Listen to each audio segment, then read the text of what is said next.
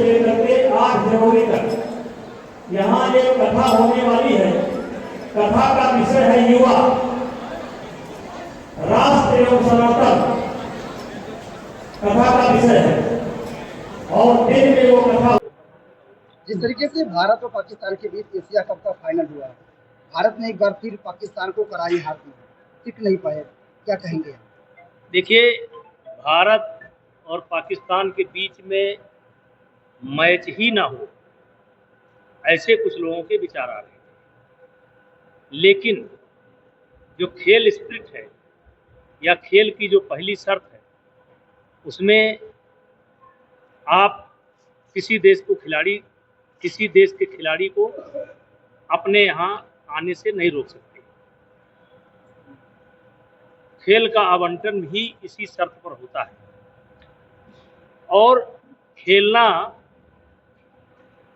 ये खेल स्पिरिट की पहचान है। खेलना जरूरी है, इसलिए हमारे देश के खिलाड़ियों ने खेला और पाकिस्तान को बुरी तरीके से हराया, लेकिन उनके हाथ से ट्रॉफी नहीं ली।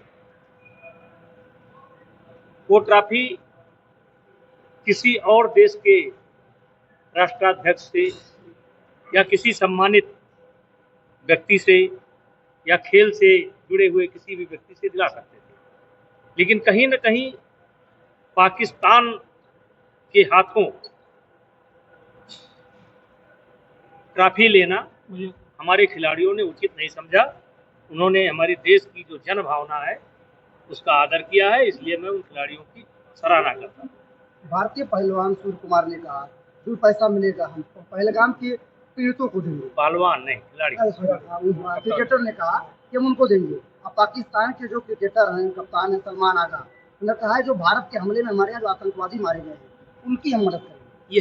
यही पाकिस्तान का चरित्र है और इसीलिए हमारे खिलाड़ियों ने उनके हाथ से ट्रॉफी नहीं ली।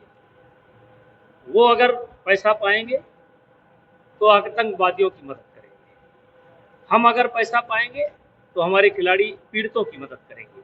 पाकिस्तान के चरित्र में और भारत के चरित्र में यही अंतर है। ये मोदी ने कहा कि हर जगह ऑपरेशन सिंदूर है, चाहे मैच का मैदान हो चाहे जंग का मैदान हो। फिर हमने दिखा दिया कि ऑपरेशन सिंदूर अभी भी। देखिए, पाकिस्तान कहीं टिकता नहीं है, हमारे सामने कहीं टिकता नहीं, ना खेल में, ना पढ़ाई लिखाई में,